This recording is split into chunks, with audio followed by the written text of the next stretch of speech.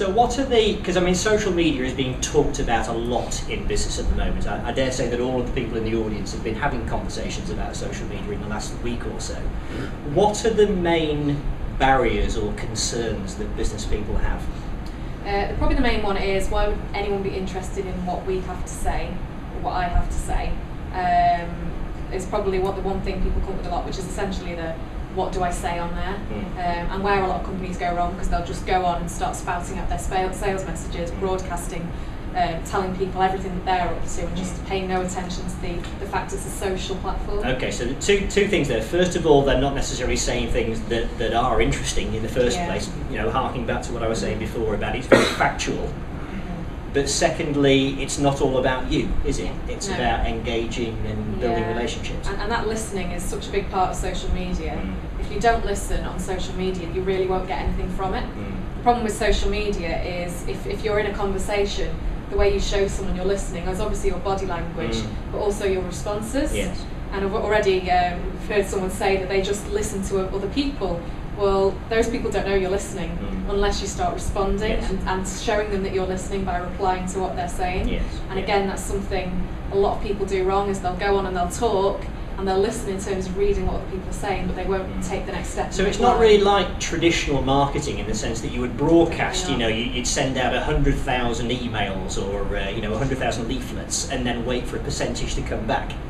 Is that perhaps a lot of the confusion, that people think it's the same as that? Yeah, it's a completely almost new form of marketing, and myself and Mark were talking about this earlier actually, about how marketing professionals are sort of jumping on it and then in essence just don't get it themselves, because it's a completely new way of looking at it in terms of how you can actually build relationships rather than say play the numbers game, and start to build conversations and hype as well. Because I've heard this thing about having or creating conversations, being in conversations.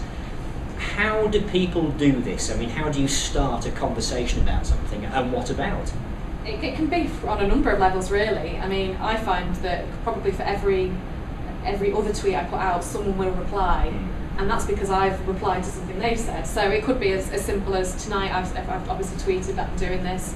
I don't doubt that some people will say good luck with it, because I've built up those relationships with them even though I've never met them face to face, and that's kind of what I would do in return. People will say to me, well, someone tweeted the other day that they just arrived at Piccadilly Station, why do I care about that?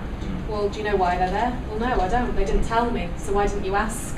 A tweet is just a start of a conversation. It's not a broadcast piece. It's the initial stage of the conversation. But a lot of people do object to hearing what they consider to be, useless or invaluable.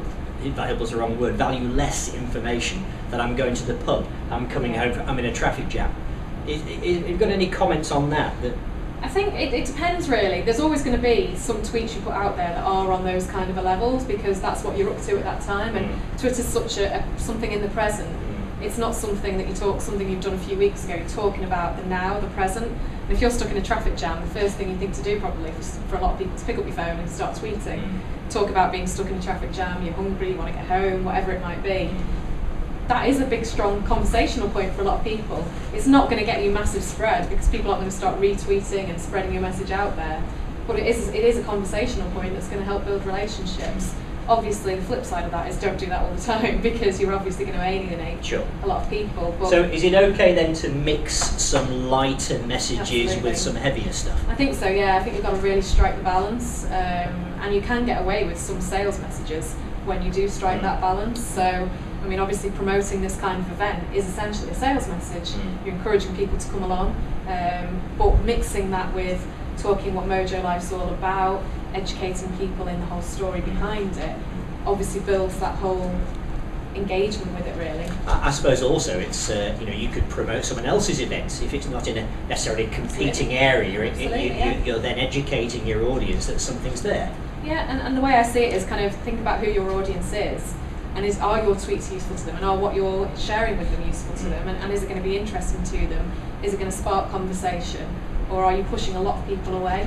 And kind of a lot of what you're talking about there is you can't be interesting to everyone all of the time. And if you try to be, you'll never tweet, you won't be able to, because if you think, right, will all my followers find this tweet interesting? Well, no, they won't.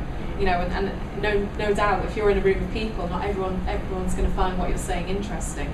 But if you can find pockets of people that find what you're, are interested in what you've got to say, then you've really kind of got it covered, and you're building essentially a tribe, of people that want to follow what you're saying and want to engage in conversation with what you're saying as well.